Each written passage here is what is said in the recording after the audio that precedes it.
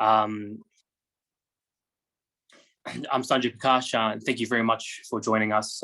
We're really excited to be here to be able to talk to you and introduce you to MFAT as an employer and foreign affairs and diplomacy as a career. So you might be here because you're just interested in hearing a little bit about what MFAT does. And then there are others that may be here who have really got their heart set on MFAT, and you might be looking for a bit of advice on the recruitment process and get a bit of goss on how you can make your application kind of the best it can be. And we'll be going through both of those scenarios here, giving you a real brief rundown on us, the number of policy officers here who have joined us, hear a little bit about our stories, and then go through the recruitment process. And we're going to put aside a good chunk of time for question and answers at the end, so you can talk to us about what it is you would like to hear, and we will have a panel here of people who will be able to answer all your questions. So firstly, I'll just quickly introduce myself. As I said, my name is Sanjay Prakash. I've been with Foreign Affairs for about 2 years now. So the recruitment process for me was not all that long ago, so I have a pretty good understanding of that. Prior to working at MFAT, I was a warfare officer in the Navy for about 6 years.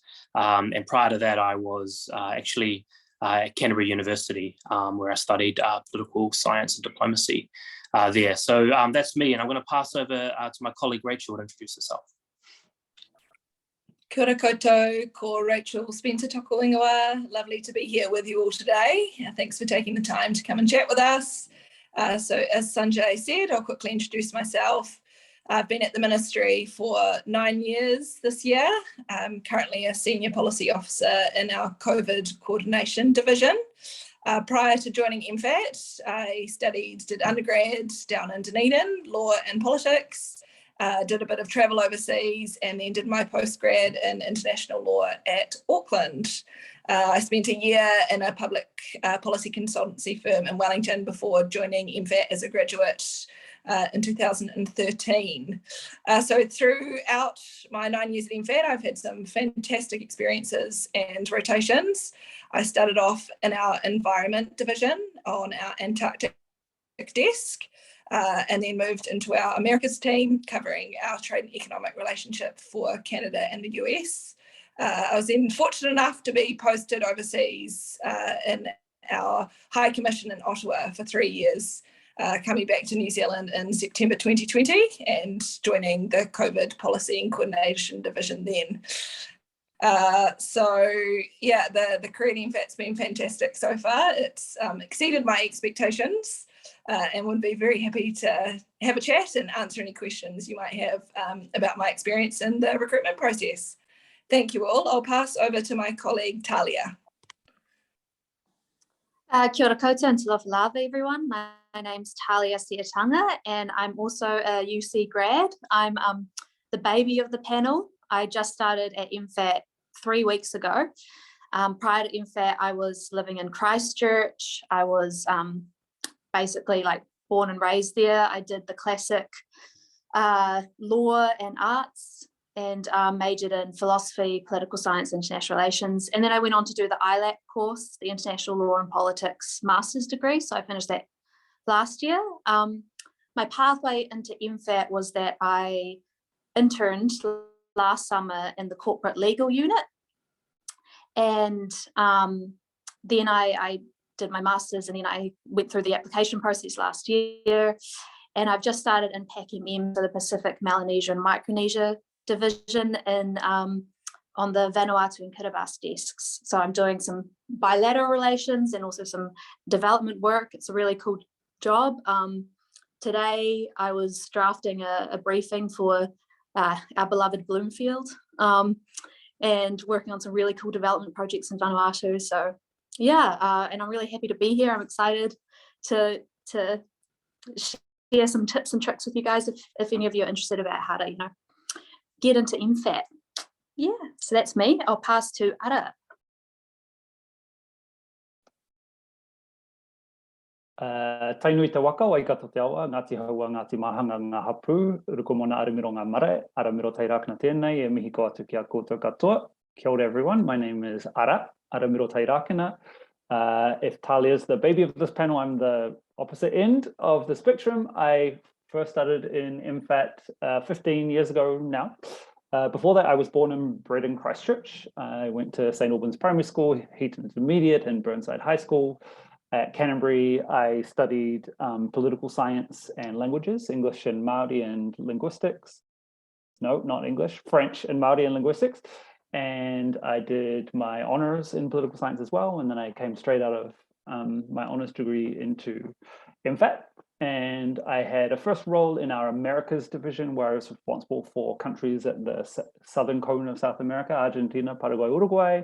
I moved out into our environment division, working on whales, the animal, not the country. I then got a posting to Taipei for 2 years to learn Mandarin. My full-time job was to be at UD there, learning Chinese. And then I moved into Beijing, into the embassy, working on trade and economic issues. I then left MFAT for a while. I went to the US and did a master's degree in international relations. And then I worked in the private sector as a consultant for a few years in Washington, DC and in London. And then I've come back now 3 years to Wellington. And in that time, I've worked on APEC, the Asia Pacific Economic Cooperation meetings that we hosted just last year. Then I worked in the Beehive in the office of Nanaia Mahuta. I came into the COVID Policy and Coordination Division that Rachel Spencer now works in. And for the last 4 months now, I've been in our United Nations Human Rights and Commonwealth Division, and I'm the new head of our human rights team. Also looking forward to answering any questions that you have. Awesome, thank you. So you can really, hear the kind of, especially from Rachel and Aara, the kind of breadth of a career at MFAT really offers, and you can really travel far and wide. I think something probably that Talia and I are looking forward to doing in the near future. Now, listen, we're going to have plenty of time for questions. And on questions, if you'd like to, just feel free just to turn your camera on and raise your hand, and unmute yourself, and then we will call your name if your name is displayed at the bottom, which it looks like most people's is. So just feel free to raise your hand and turn on your camera if you do have a question. But before, I'm just going to run through a bit of information about this particular intake for policy officers as a graduate.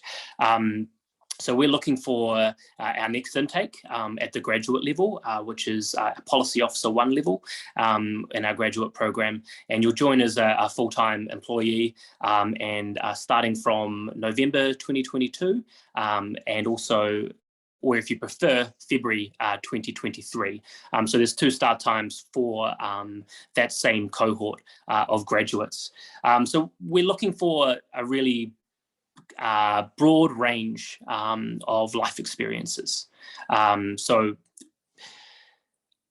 any kind of walk of life perspective, degree, discipline, life experience. Your grades are great, but they're not the be-all and end-all for what MFAT is looking for. We really do seek a diverse range of people and experiences. We're really interested in hearing about your interests, your motivations outside of your education. We're really interested in your community work, if you have that, areas where creativity, whatever it is that makes you a person, we're really interested in hearing that. And our application process is set up to facilitate that information. So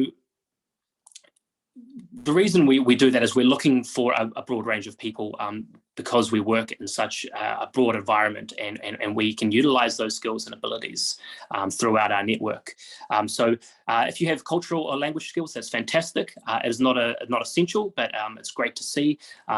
If you excel in community work, fantastic. If you've got excellent academic, if that's your thing, awesome too. Please don't be hesitant in applying because of potentially what you've heard about MFAT, which I think a lot of us here will probably know. And historically, it's being guilty probably of having quite a narrow focus of recruitment. That is no longer the case. So please put yourself forward through this process.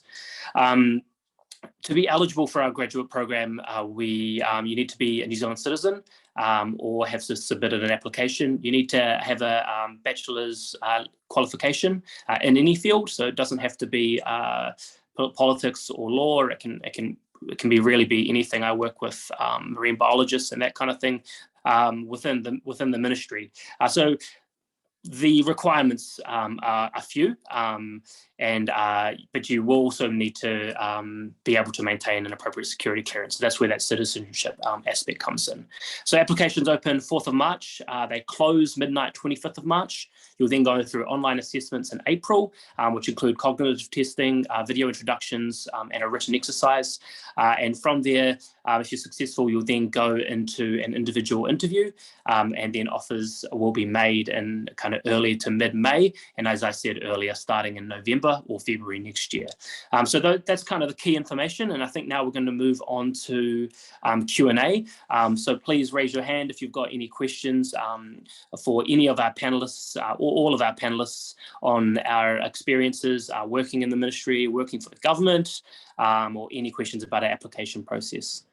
So have we got any questions from the floor?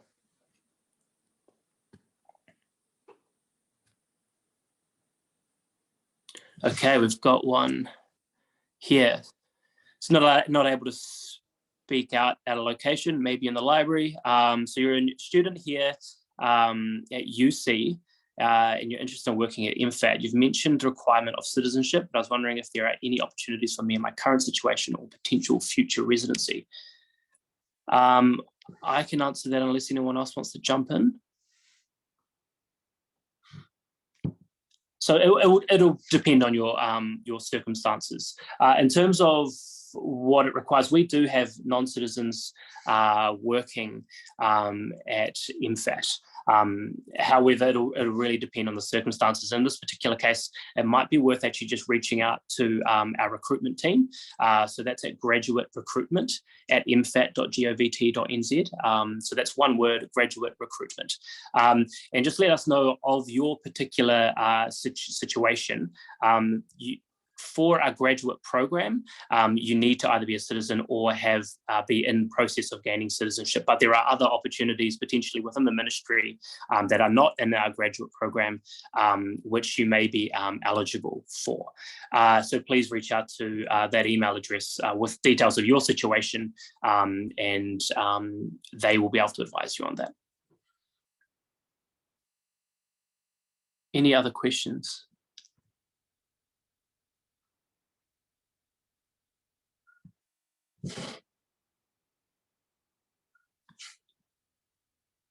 Okay, maybe Sanjay, enough hearing. Sorry, Sanjay, there's another question on the chat there. Great. So will the interview be in Wellington? Also, will there be an assessment centre or just an individual interview? Actually, does any of our panelists want to, or maybe I can ask Renee to jump in if there'll be an assessment centre this year, or has the COVID situation changed that? Kia ora koutou. Sorry, I was going to be a virtual fly on the wall, but here I am. My name's Renee. I'm with the recruitment team at MFAT, and I am looking after our graduate campaign this year. In answer to the question, so with the continuing twists and turns with COVID, and given our red alert setting at the moment, that's highly unlikely that we'll be hosting an assessment centre and in-person interviews.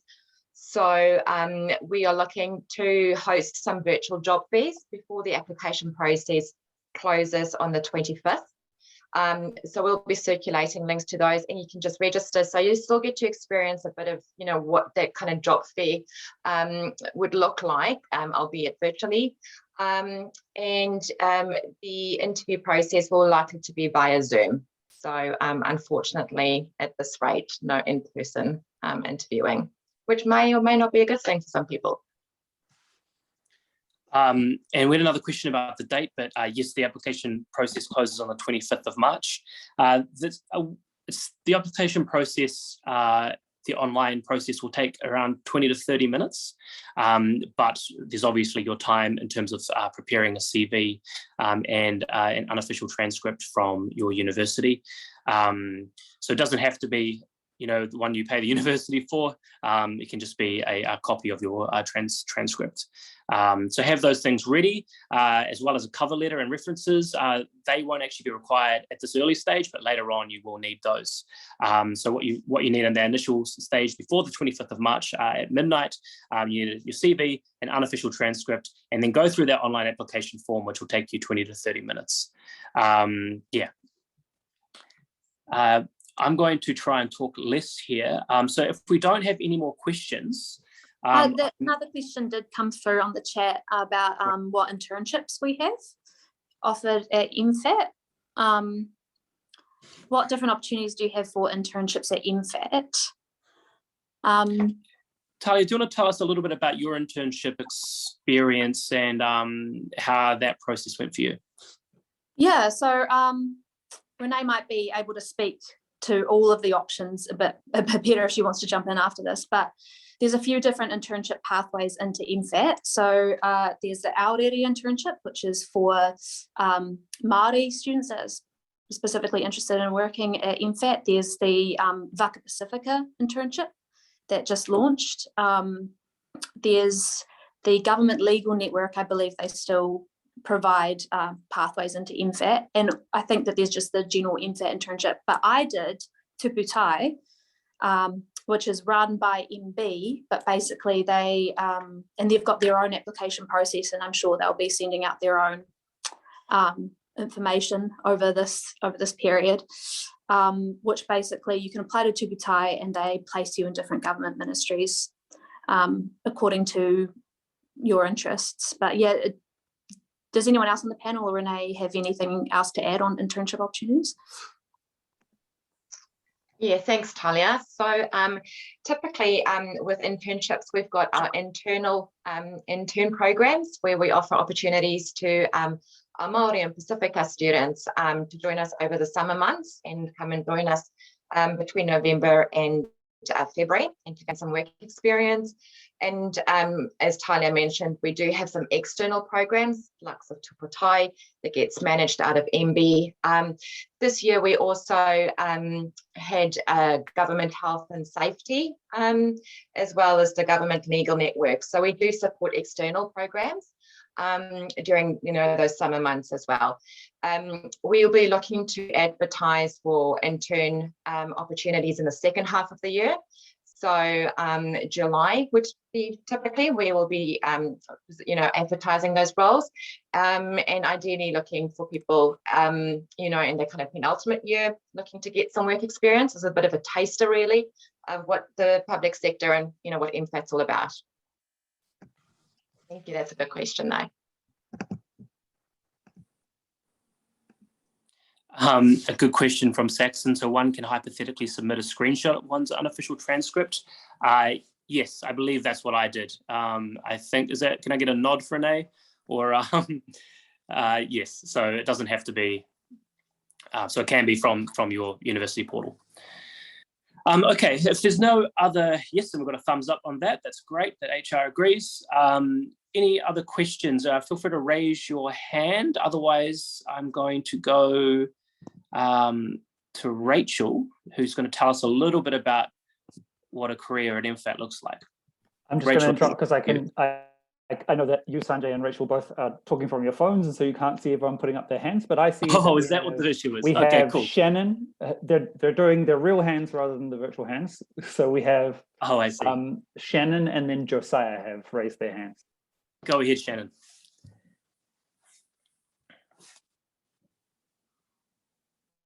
Okay, so I was just wondering if someone perhaps isn't accepted into the graduate program, but have some prior work experiences, would they have a chance of, I guess, what are the chances for people applying for jobs in MFAT if they don't go through the graduate recruitment?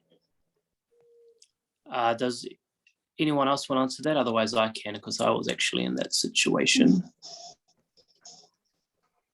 So As I previously discussed, I was in the Navy for 6 years before.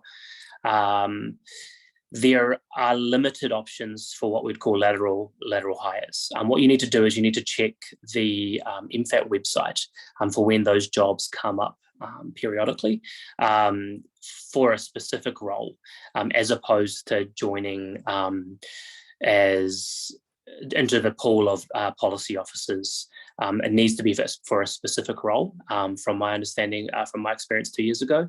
I had that process, and I was looking to capitalize on my previous experience and come in as a lateral hire, and that was a challenging route, and I ended up going down the path of actually joining with the new graduates because it's a career I really wanted. But worth keeping an eye out, especially if you've got policy writing experience, and there might be opportunities that come up. If you are employed into a specific role, which will be Wellington based, then there is the opportunity potentially from that role to join the pool of policy officers that then look to move into that career path of postings overseas, and that standard career path. So yeah, not a simple answer for you, but you can both apply for the graduate role, which I would encourage you to do, or you can look for those extra roles and then try and make that transition once you're in the organisation. Did I miss anything there? I'm sorry, I'm just going to keep my video off. I'm just having, I've had a day of technical issues, so sorry about that. But yes, Sanjay, so we call, it's people like myself, so we refer to as the specialists and more lateral hires. So that's just another kind of avenue to join the ministry. And it's more operational type roles, so outside of that policy stream. But a lot of people kind of do look at entering the ministry via a specialist opportunity, kind of getting your foot in the proverbial door, and then looking at using that as an avenue to join that policy stream. Like I say, that the recruitment process will look a bit different as well, and it is as a lateral hire, it will just be advertised on your usual job platforms like Seek and government jobs, etc. Anton, sorry, was there somebody else Aara, that I missed? There was Josiah, and then Anton next. Josiah, go ahead, Josiah. Yeah, cool, thanks. Hey, the first question was the same as Shannon, so that's helpful. The second question I had was, just came to me now. I haven't looked recently, but I did get an email.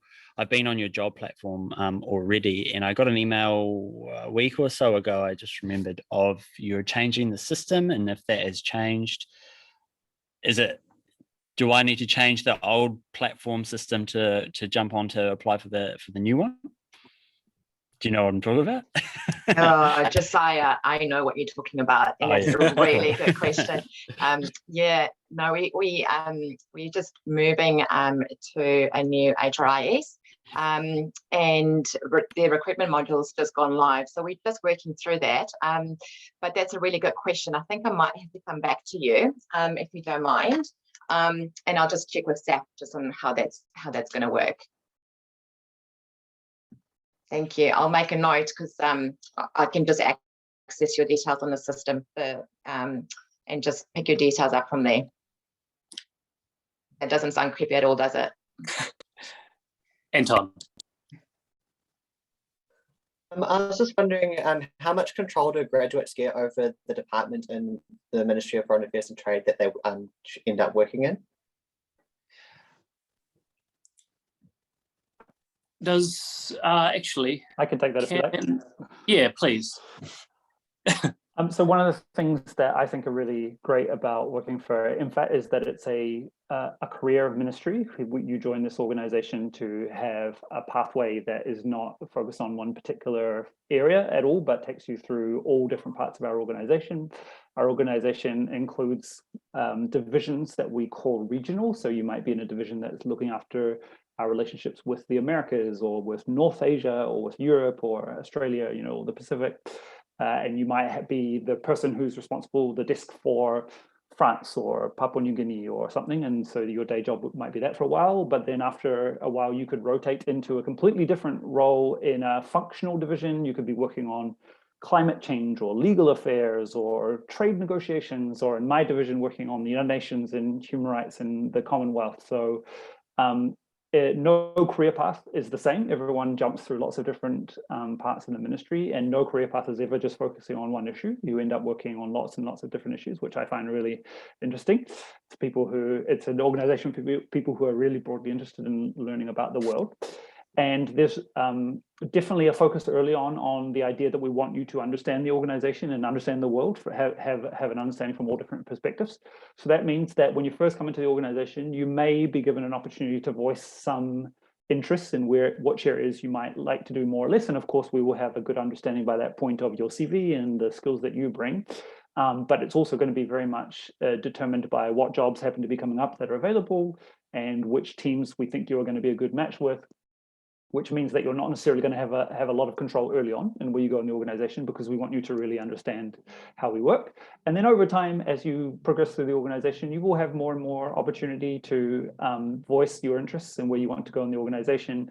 And in particular, when you get posted overseas to one of our 60 offices that we have around the world, you will never get sent anywhere that you don't want to go. Those are all by application only. So it's only if you ask to go somewhere, you won't necessarily get it, but you won't get sent somewhere that you don't want to go. Does that answer your question? Yeah, that's awesome. Thank you. Kapai. I see we had a question in the chat, which was about the written assessments. It says, do you have any advice for the written assessment part of the recruitment? Does anyone else want to take that, or I can try? I can go if you want, Aara. Great. Thanks.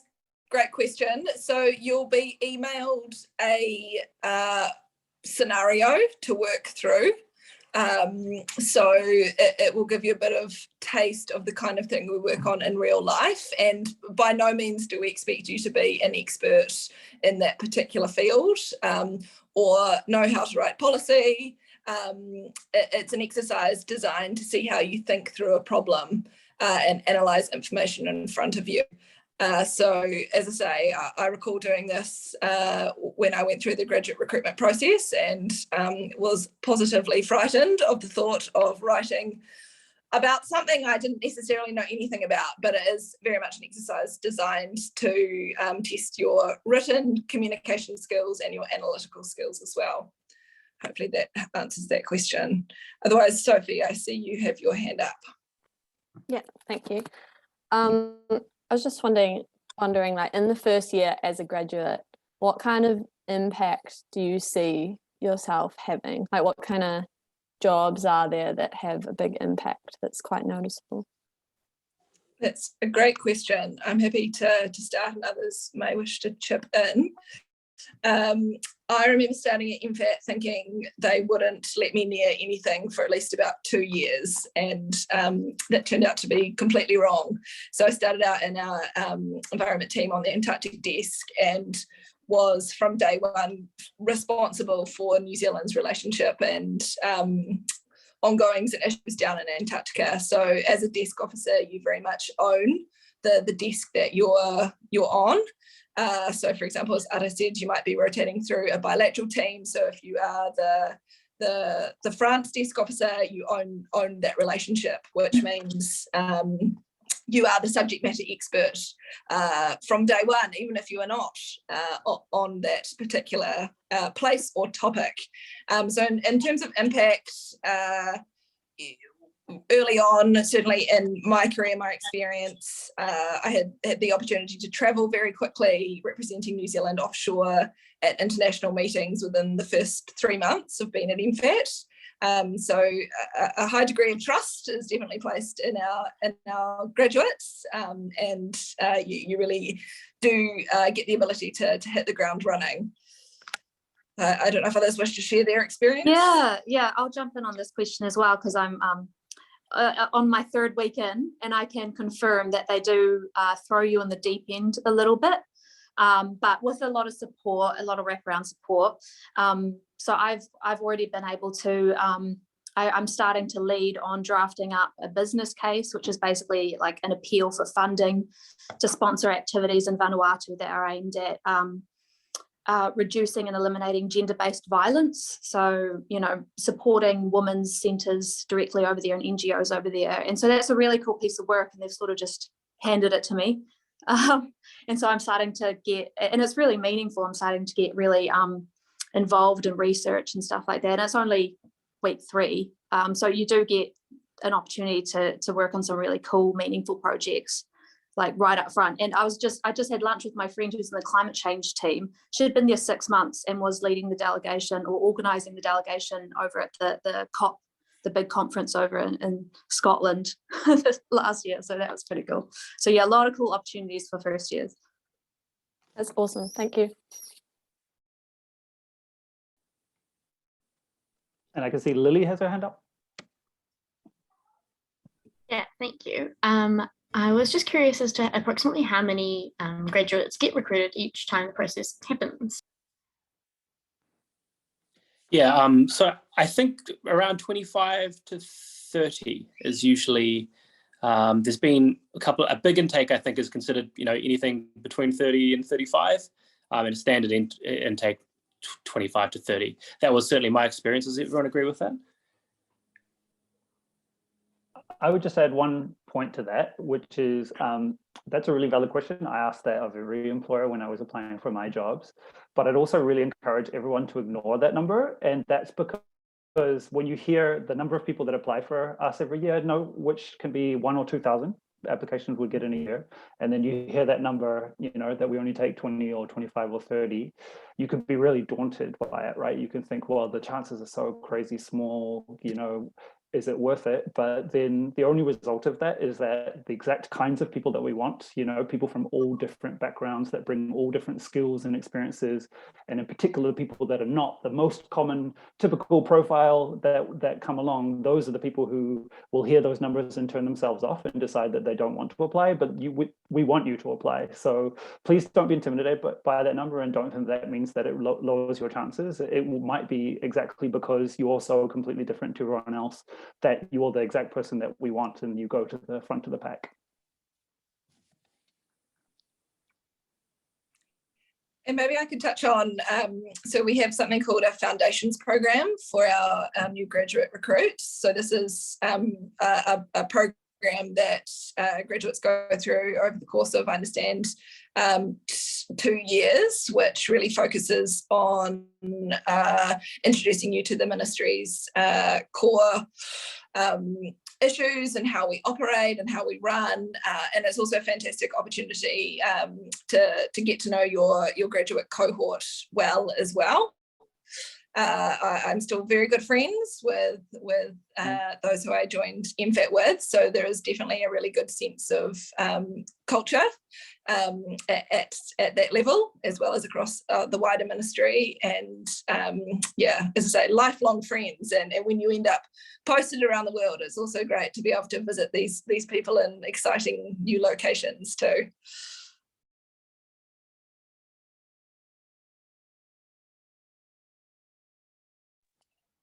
Great. If you could put up your physical hand, the one that's attached to your arm, that'd be cool. If you have a question, or you can use the thumbs up thing on Zoom. I mean, if there's anything anyone's interested in hearing more specifically about career paths or various different divisions within the ministry, or any more information on the application process, Anton? Yeah, I'm just wondering, what hours work? Is it conventional, like 8 to 5, 9 to 5, or something like that, or is it more varied than that? Sure. So the ministry has a flexible working policy. So we're very much wanting to work around work-life balance. Traditionally, it has been a pretty 9 to 5 job, but definitely recognising that people have lives outside of work. The ministry is very supportive of flexible working arrangements, including working from home. And in a non-COVID world, I work from home 2 days a week. and other people start a bit later and finish a bit later. There's a lot of flexibility within the ministry around that. It also includes working from, remote locations. I know, Aara, you've done a bit of that yourself, and so it would be a matter of a conversation with your manager and setting those expectations out. Good question, though. I see we have another one that's just popped up in the chat, wanting to ask, is international business a useful subject to learn? So studying commerce, majoring in accounting and international business. I think as we've sort of said through the presentation, we're looking for a wide range of backgrounds, and so certainly international business sounds like something we'd be very interested in, and certainly would encourage you to apply if you are interested in working at MFAT. I think there's been a myth previously that, we only are looking at law and politics students, and that is absolutely not the case. As Sanjay said, we have a wide range of colleagues across many different, who are trained in many different areas, including some former doctors who have now turned foreign policy expert specialist. So yes, absolutely interested in the full range of backgrounds, academic backgrounds that you bring, and international business sounds very interesting. So Lily's just asked if there's a link that could be sent through for where to apply once applications open. That sounds within the realm of possibility. Yeah. So thanks, Rachel. Yes. What I can do is I'll share it with Aaron and Bella and the Career Centre team at UC, and we can just try and circulate that. But kind of easy go-to is just our MFAT careers website, and we've actually got a graduate page, and the kind of key dates and all the information pertaining to the recruitment process will be listed on there. So we've got a bit of a kind of rundown on that, what that looks like at the moment, and then as soon as our advertising's up and running on Friday, there'll be a link there which will take you through to the application form. We'll also include a position description. It's very generic, but it will be on the website as well, so you can just reference that too. There's another question here. Just give me one moment. I'm going to bring it up, and that is from Saxon, saying he's got some understanding of Arabic, having done language courses in Oman, and also enjoy reading about history in my spare time. Would it be possible to apply these if I'm successful in applying? So what I would say to that is, as previously, our policy officers have broad experience, and there are plenty of opportunities to work in all kind of range of areas. But if you do have language capabilities, that would look really great if you were applying. As Aara said, we apply for our postings overseas. So if you want to work somewhere, you can put in an application once you work at MFAT and say, I would love to go to this job in Cairo, or I'd love to go to this job in Tokyo, or wherever it is. Some of these jobs, if you're selected and you're the right person, will come with language training. So you could potentially do up to 2 years of language training, which is your usual salary, while doing basically full-time language training. So there's that opportunity. Or if you already have some of those capabilities, it might be a shortened process in terms of language training. Or if you're fluent, then you can potentially go straight into the job. So you would definitely be able to use those skills through that process. But in saying that, you wouldn't just be going to those parts of the world for your entire career, I suppose. There are certainly people who, throughout their career, those specialise in certain regional areas, and it's of benefit to both the individual as well as the organisation to have those kind of deep experts in those areas. But there will be times where you're doing a broader range of work. Does anyone have anything to add on that front? Just to say, MFAT offers language maintenance classes. So if you do speak a language and you're wanting to continue maintaining that language, then classes are offered across MFAT in a range of different languages. And I'll also add that the ministry has a provision, I think it's $1,000 or $2,000 a year that you can put towards your own personal interest study. You just have to make an argument that it's broadly relevant to the work of the ministry, but of course we work on the whole world, so there's lots of different things that you could argue are relevant to your job here. And if you're interested in still doing, say, one course on the side each year in your spare time to keep up your interest in other areas, then that's going to be something that you can continue for your whole career potentially at MFAT, and that will be supported as well. I see we've got another hand up. Kia ora koutou. I just have a question. How long after you've started with MFAT can you apply for a posting? And also what happens if you have a partner? Can they come join you to that posting? It's a great question. I'm happy to take that one unless others would like to. Others can chip in. So the first part of the question, my understanding, and Renee, correct me if I'm wrong, you need to go through the full foundations program before you can apply for postings. So the 2 years of the foundation program needs to be completed if you come in at the graduate level before you apply for posting. And on the second part of the question, partners, absolutely. Wider families, partners are a really important part of the MFAT family. We certainly couldn't do our jobs without the love and support of our whānau, who are very patient and travel the world with us. So MFAT absolutely supports partners and whānau to travel offshore on postings with MFAT staff members. My husband was with me in Canada, and MFAT supported all the movements around that. So yes, absolutely. We do not require you to leave your whānau at home. Thank you. And just to add, I mean, very logistically, so that means if you have a partner, if you have children, we will pay for them to fly with you on your posting. We'll pay for their health insurance. If you have children, it's very likely that we'll pay for their education costs. There's training allowances, so that if your partner is unable to work, then they can potentially be, pursuing some study. There are different provisions in different countries about whether they can or can't work in the country that you'd been in. That's not something that New Zealand can control. That's the local government that controls that. But we have a whole full-time position, which is a person based in Wellington whose job is just to help the whānau, the partners and the families, the children of our staff, to try and make sure that their lives work as well as they can in New Zealand and all out there around the world.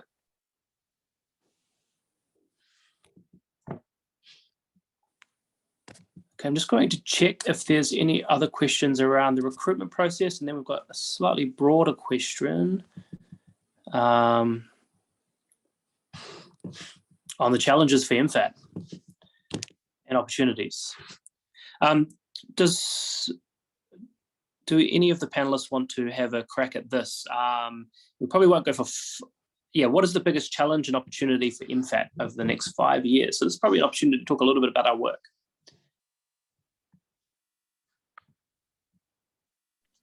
Someone's trying to get material for the interview, are they?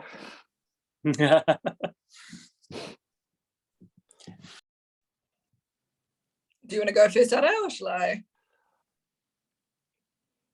Go for it. Can't wait to hear what you've got to say.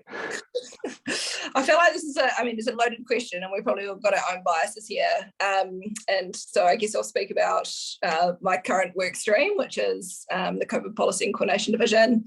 So we're currently doing quite a bit of work, and sorry to be the doom and gloom here, but just thinking about the impact of COVID on the world in the next sort of 5 to 10 year horizon.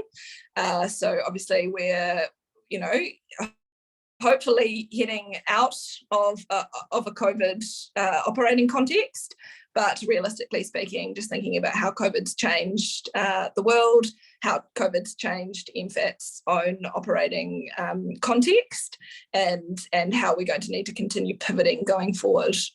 So I'll make a plug for that one. I don't know if others want to jump in on. I think we could probably talk for an hour about different issues, but I promise we won't. I actually vaguely remember talking about this in my application. But I think one of the key issues that I personally think that we're facing is that's a loss of trust from the populations around the world within organizations and institutions, particularly government institutions globally, and the loss of trust of those populations and a significant increase in concern or skepticism around whether governments are working in their best interests. And I think that's a big challenge. It's not really related to any work I'm doing or work I know what's happening at MFAT, but it's certainly a challenge for governments around the world. And I think that's emerging as a significant problem and something that governments need to address globally.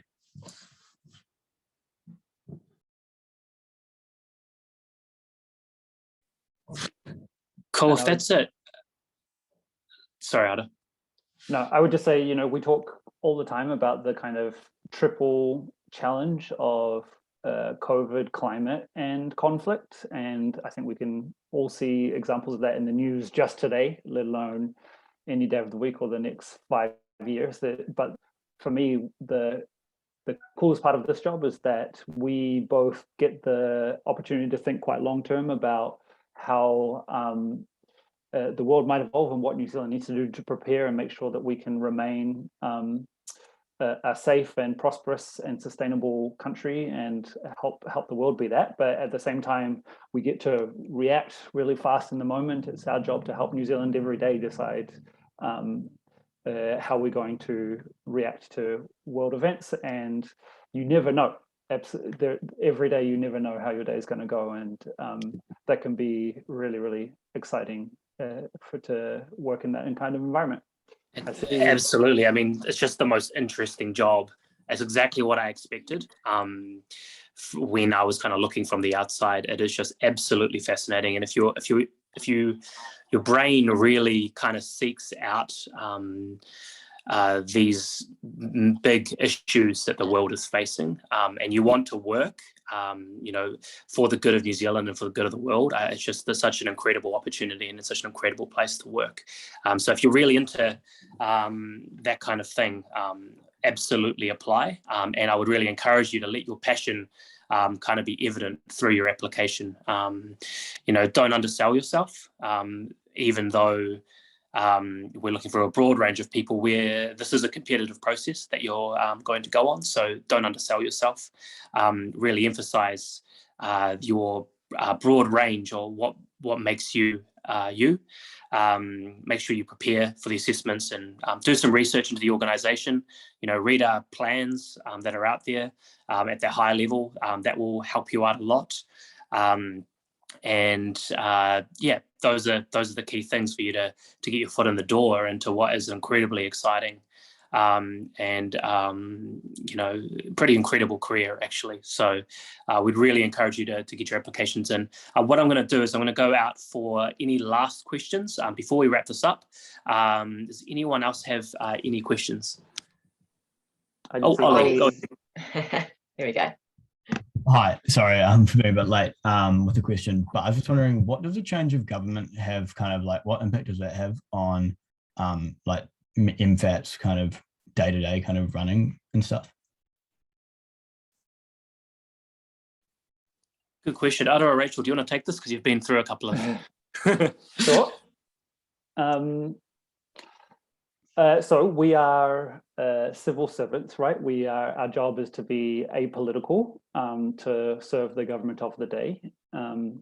And so our jobs, I guess the first thing to say is our jobs are not dependent on the government of the day. We're employed as civil servants, and our jobs are dependent on processes independent of that run by MFAT. You're hired into the independent civil service. All civil servants, I think there's 60 or 70,000 of us who work for government around the country, are welcome to have your own private political thoughts. This is a free liberal democracy. You're welcome to do whatever you want in your own time, as long as that doesn't impact on your ability to maintain the trust of the government of the day. Of course, every time we have a change of government, and even when it's the same party in power, but they succeed in a subsequent election, they will have new priorities that they will have. They might change some policies entirely from the previous government. and it's our job to faithfully implement those at the same time as we carry out what's a really important role for apolitical civil servants, which is that we always give free and frank and fearless advice. We use those three F words, so which means that, you know, if it's our jobs to be experts on our particular field, which is international relations, and it's our job, if a new government comes in and says we recommend that you do X, to say fearlessly tell them whether we think that that's truly in New Zealand's long-term interests and the basis on which we've made that assessment, and to argue our point if we think that there's reasons to be concerned about that. But at the end of the day, the job of policy is to give that advice to the government, and then it's the right of the democratically elected government of the day to make a decision, and then to be held responsible for the consequences of that decision that they've made. And I think for me, what's really interesting about being that civil servant in our organization is our job is to maintain relationships with countries, with other countries and international organizations like the UN over decades and centuries, to make sure that New Zealand, no matter who's the government of the day, still has very, very strong relationships, and to be able to maintain relationships with others, even if particular policies might change, to be able to focus on those bigger picture things that we have in common with whatever country we're talking to at the time, and to really build those relationships so that they're solid and can last through those ups and downs that any relationship would have, and certainly international relationships do. Does that answer your question, Ollie? Yeah, that's pretty good. Thank you very much. Cool. All right, we had a question in the chat. Now, if you're unsuccessful, do you know of any other organizations that have the same mindset, seeking out the big issues and looking for prosperity for all? Good question. There's plenty of them out there, I would say. And, you know, I'll just start off with one area that I am particularly passionate about before going to some of the other panelists. But in the development area, which is a key component of the Ministry of Foreign Affairs, is development cooperation assistance, or previously known as the New Zealand Aid Program.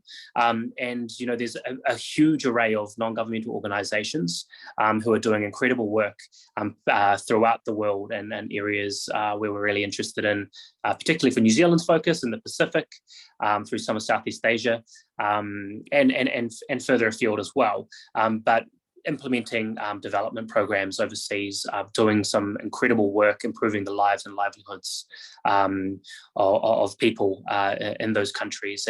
And we have a lot to do with them at MFAT in terms of funding and implementing, planning those kinds of activities. And then there's some incredible opportunities, particularly if you're young and fit and healthy, to get out there and do that kind of work. And so that's one area you could potentially go into. And then, of course, there's also, if you have that kind of expertise, that's quite valuable at Foreign Affairs as well.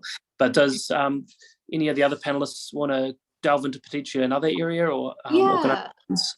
I can jump on this question, because I had a few friends who are applying for MFAT, and unfortunately just missed out, but they've ended up in really, really cool roles across the public sector. So Ministry of Primary Industries have like international policy teams where you're always looking outward at like trade markets if you're really interested in trade. New Zealand Trade and Enterprise, NZTE. Ministry of Health, we actually work with a lot, especially during COVID. MB, who have Immigration New Zealand, Ministry of Defence, New Zealand Defence Force. Like anywhere in the public sector, there tends to be an aspect of that ministry or that agency that does have an international facing part of it. So yeah, I mean, don't like, if you're really interested in MFAT, go for it. But you know, don't be too disappointed if you miss out, because there's so many cool places across the public sector. Just to say, sorry, Rachel. You go.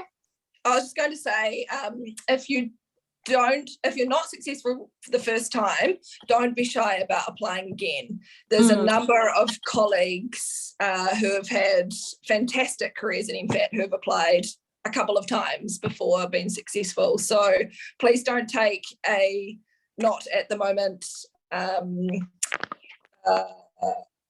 email as never apply again. We absolutely would welcome you to continue applying to MFAT. And just to say as well, there are, through the diplomatic corps across Wellington, so other missions, foreign representatives in New Zealand are often looking for policy advisors and the like. So if you're interested as well, there's opportunities there. But as I say, if you don't succeed the first time, please don't let that put you off.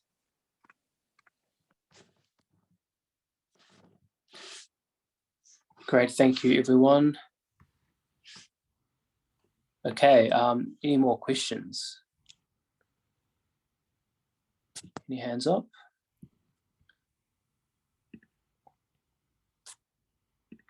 Okay, in that case, thank you so much, everyone, for your time. Please do get in contact with graduate recruitment at mfat.govt.nz if you have any other questions. Listen, I guess final thoughts from me. I think it's just a fantastic place to be, and I would really encourage you to put your application in and really be honest and frank and open about who you are as a person and why you think you'd fit in well with our organisation. And fingers crossed, we might see some of you in the years ahead. So thank you very much, everyone. Take care. Have a good evening. Thanks so much, guys. Thank you. Thank you. See ya. Thank you. Thank you. Thank you, everyone.